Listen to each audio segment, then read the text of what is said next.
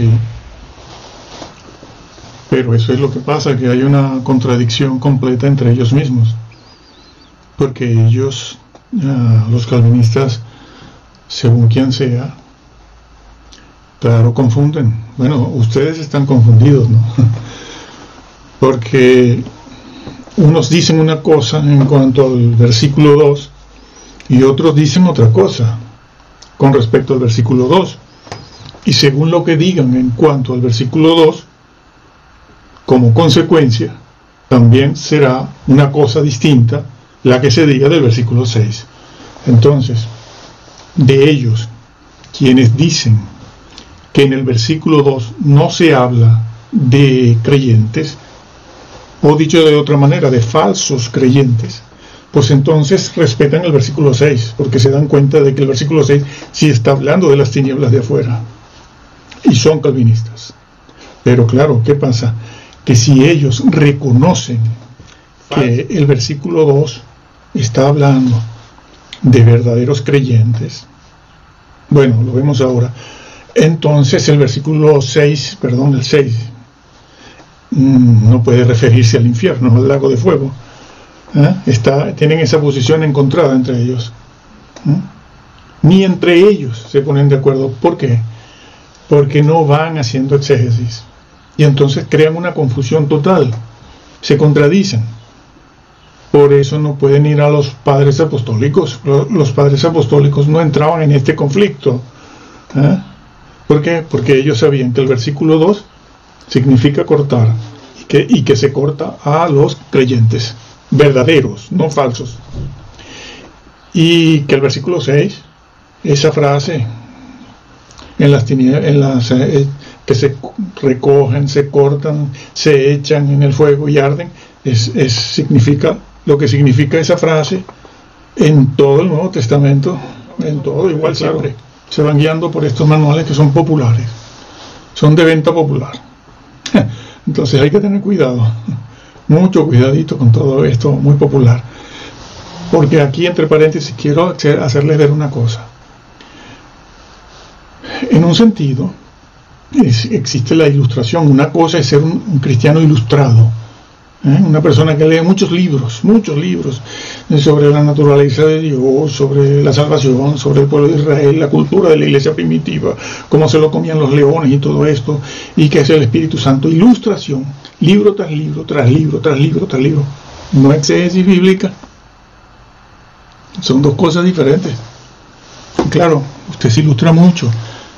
Empieza a escuchar a personas que hablan de la naturaleza de Dios, el Dios Trino, Dios Padre, esto, lo otro, la encarnación, y usted se queda completamente asombrado. Claro, dice, uy, esto va para el cielo. Alto. Depende.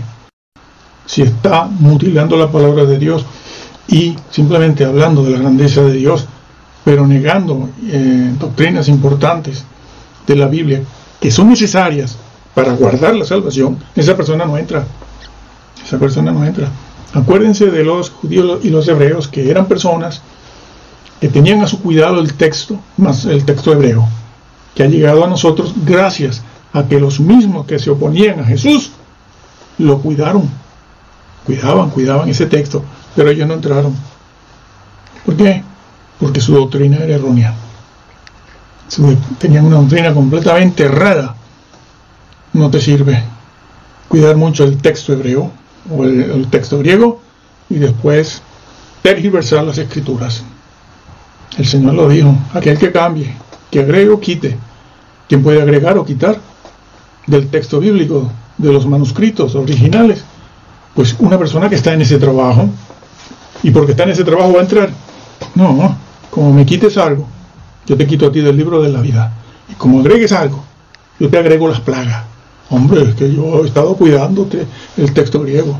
No, eso no es suficiente. Has de ser fiel en todo, no has de cambiar mi palabra.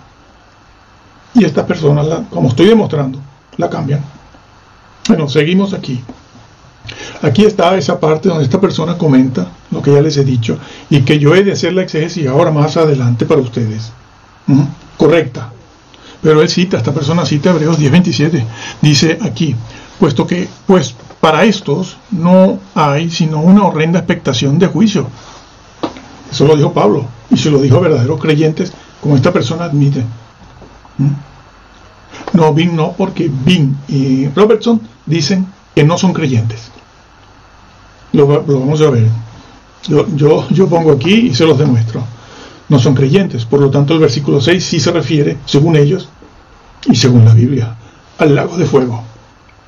Esta persona no puede decir que el versículo 6 se refiere al lago de fuego, como vamos a ver ahora de inmediato, porque claro, si son cristianos no va a hallar a cristianos en el lago de fuego, porque él piensa que la salvación no se puede dejar de alcanzar, y resulta que la Biblia lo afirma por todas partes, lo afirma. Bueno, sigo leyendo aquí, sino una horrenda expectación de juicio y de hervor de fuego. Ese vocablo fuego es una referencia directa, como ya les he dicho en los vídeos pasados. Bueno, si se cortan los vídeos, ¿no? En este mismo vídeo o el pasado, que esa expresión se refiere al lago de fuego. No necesariamente hay que poner aquí el vocablo tinieblas para darse cuenta de que se refiere al infierno, al lago de fuego. Bueno, infierno en latín, el Hades, y después del Hades, bueno, dos cosas aquí con respecto a los arminianos. Les gusta decirnos, ¿no?, que somos arminianos. Yo soy bautista del sur, de la Convención del Sur. De arminiano no tengo nada. Bueno, es que si vamos a ver bíblicamente, los que están más centrados en la revelación bíblica, desde la perspectiva de la exégesis, no de la ilustración, sino la exégesis. Los arminianos y wesleyanos están muy centrados en la verdad. Ahora, yo no soy arminiano, pero les gusta decir eso, porque no pueden ir más allá, más atrás de Arminio y del siglo XVI. No pueden ir a los primeros 4 o 5 siglos, no pueden ir, porque los padres apostólicos y de la iglesia del siglo 3, 4 hasta Agustín, y después de Agustín, ellos pensaban que la salvación se perdía. No, esa es otra fraseología de ellos, de estas personas. La salvación no se pierde, se deja de alcanzar, que es otra cosa. Se deja de alcanzar. Ese es el lenguaje, eso es lo que se corresponde con lo que está en el texto bíblico. Pero no se pierde. Pero les gusta decir esto, los arminianos. Yo no discuto nunca en base a lo que Arminiano haya dicho, sino en lo que es la exégesis bíblica y lo que es la historia de los primeros siglos, los 4. Fue Agustín el primero, sí señor. Fue Agustín el primero en decir que era por predestinación, por gracia irresistible. Por cierto, una cosa aquí. Ellos, la manada calvinista, toda.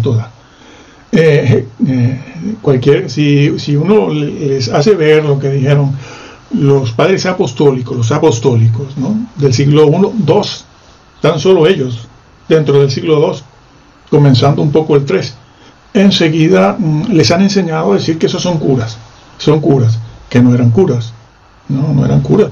Para ver curas ya sabemos que hay que esperar al siglo V, VI todavía, como los conocemos hoy. Sin embargo, tratan de basar toda su doctrina en Agustín, y no les importa que él sí era cura, que él sí hubiese sido cura, que tampoco lo era. Pero bueno, ellos creen que sí, que Agustín era un cura, pero es el único cura que aceptan, porque toman de Agustín su base bíblica, que no la toma ni Roma siquiera, que es un doctor de Roma, es considerado uno de los doctores de Roma, junto a Tomás y de Aquino, y otros, hay más. Bueno, curioso, ¿no?, que aceptan un cura, pero rechazan los demás curas. Bueno, entonces este señor dice eso, ¿no? Pero eso no es cierto. Váyase usted un poco más atrás, ¿no?, y no estén manipulando los textos y los documentos. Ese es otro tema. Bueno, entonces esta persona aquí dice, bueno, la segunda forma de entenderlo es mantener lo que dice el texto griego. Él mismo lo reconoce, mantener lo que dice el texto griego. Pasa como con el otro, ¿no? Aquel de levantar, que lo reconoció. Bueno, mantén lo que, claro, hay que mantener lo que dice el texto griego. Y lo dice, todo pámpano en mí, exactamente, en mí. Lo está diciendo, en mí está diciendo, pero de eso ya hablamos, no volveremos a ello otra vez. En ese sentido, la unidad con Cristo es real, claro, es real. Usted mismo lo explica. Pero claro, vamos a ver qué más dice después. El creyente queda inseparablemente unido al Salvador, por tanto, se trata de personas realmente salvas, cuya comunión con Cristo, la vida, está interrumpida y no pueden llevar fruto. Bueno, yo les adelanto que esta es la posición de este señor que escribe que hace todo este análisis, ¿no? Esa es la posición de él. Sí, que allí en el versículo 12 habla de verdaderos creyentes. Hombre, claro, lo está diciendo en mí. Y muchos lo reconocen, aunque otros no. Bueno, es que la exégesis lo exige, ¿no? Que estos creyentes a los que se le dirigen estas palabras en Hebreos 10 y Juan 15:2, insisten en ser rebeldes. Lo dice, no, es que estas personas, estos cristianos son rebeldes e insisten, quieren ser rebeldes, y el Señor no le queda otro remedio que, bueno, dejarlos, supuestamente, pero no es eso. Están corriendo la expectación de juicio que ha de devorar a los adversarios. Y Pablo pone esas palabras amenazantes. Aquí no valen medias tintas, señores. Quieren que la policía vaya con un ramito de flores a detener a los ladrones, por Dios. El apóstol Pablo está diciéndolo de manera clara. Y les hace ver a aquellos creyentes, la mayoría de hebreos, sí, hebreos, no estamos viendo el trasfondo del libro de Hebreos, pero la mayoría de ellos que conocían la salvación en Cristo Jesús. Y Pablo les dice, les pone al lado del juicio que les espera, o les espera a los incrédulos. Horrenda cosa es caer en las manos del Dios vivo. Y horrenda cosa, sí, es caer en las manos del Dios vivo. Y Pablo les cita ese juicio, les habla de ese juicio que Dios hará a los adversarios del Evangelio y de Dios.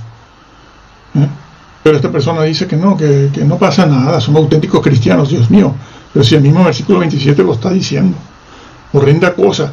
Pablo les advierte del juicio que les puede caer a ellos, que es el mismo que le va a caer a los adversarios.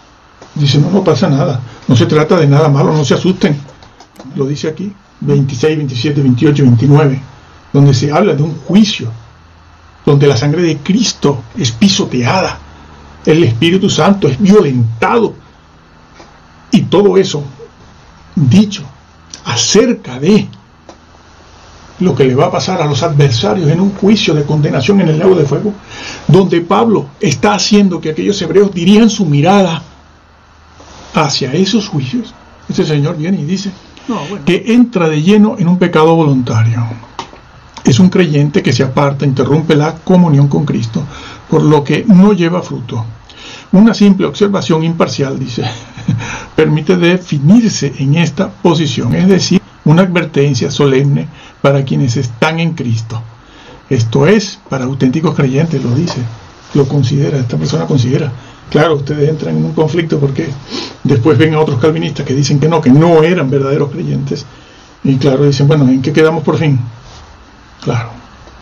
Por eso siempre les digo, lean la Biblia y créanla tal cual está, porque así se equivocarán menos, con la garantía de que van a serle fiel al Señor y van a obtener amplia y generosa entrada.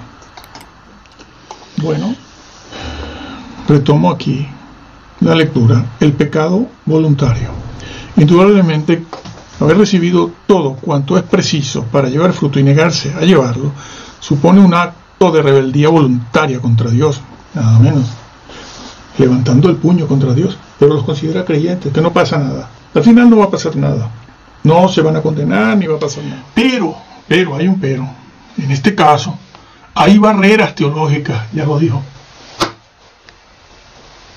¿Cuáles son las barreras? Cuando en el texto griego no hay barreras. Mi estimado, no hay barreras.